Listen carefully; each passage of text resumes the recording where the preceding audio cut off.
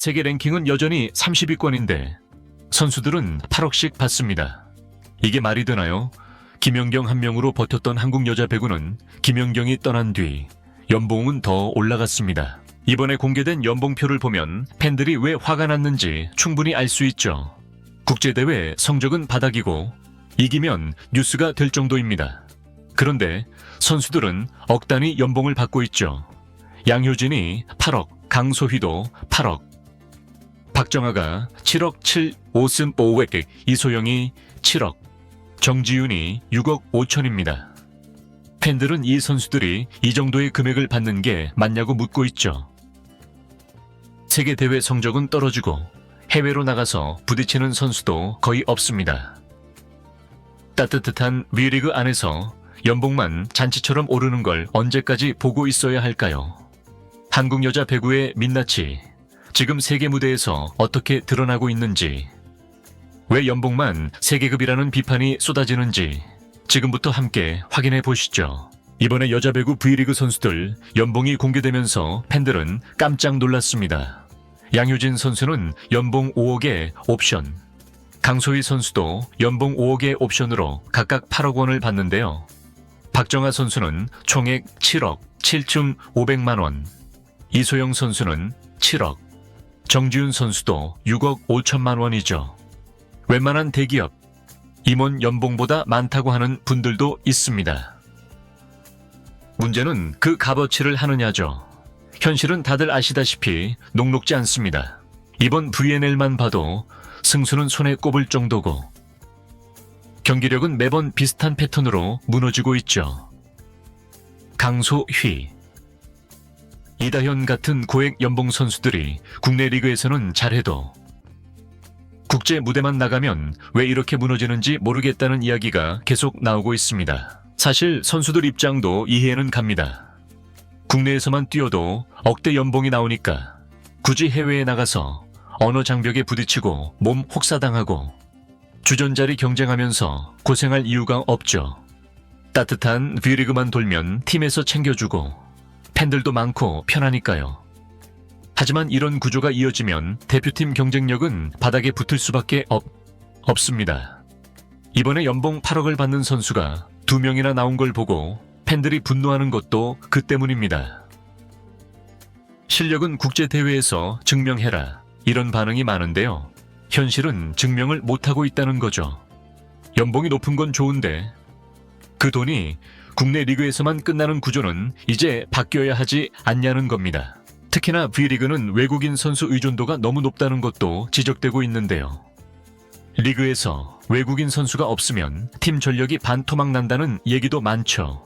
이럴 거면 차라리 토종 선수들을 해외로 더 보내서 강한 리그에서 실전 경험을 쌓게 하고 연봉 구조를 조금 더 성과형으로 바꿔야 한다는 의견도 적지 않습니다.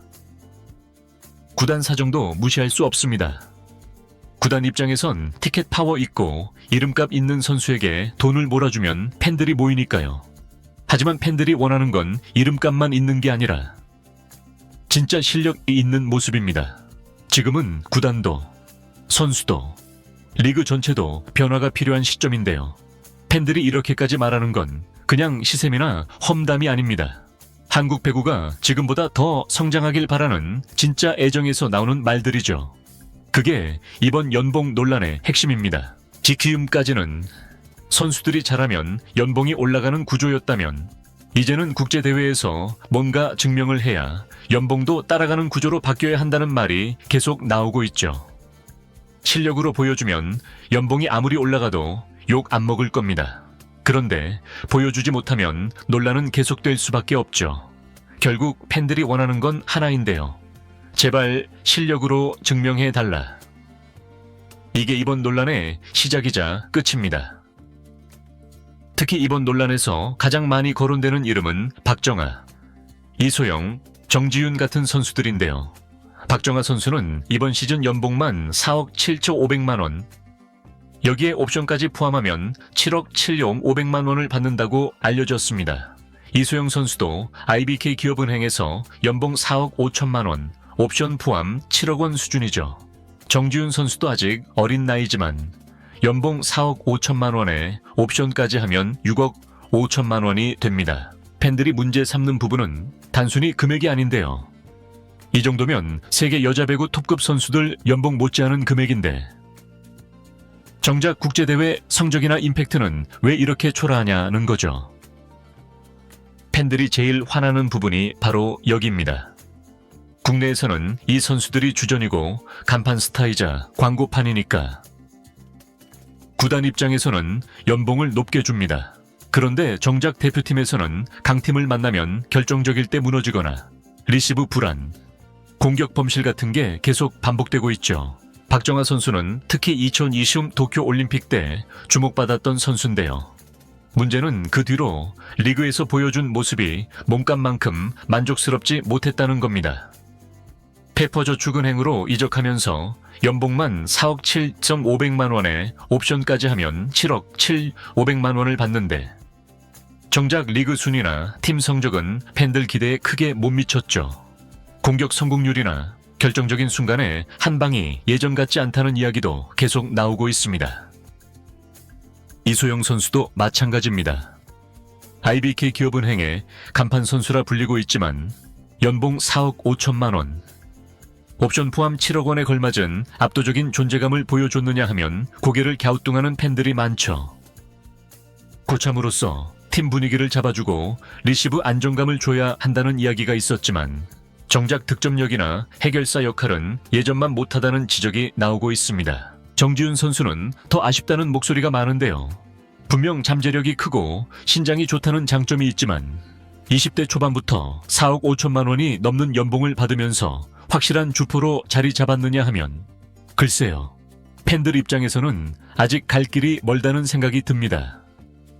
결정적인 승부처에서 무게감을 보여줬느냐, 팀 성적을 지켜줬느냐 하면 물음표가 붙는다는 거죠.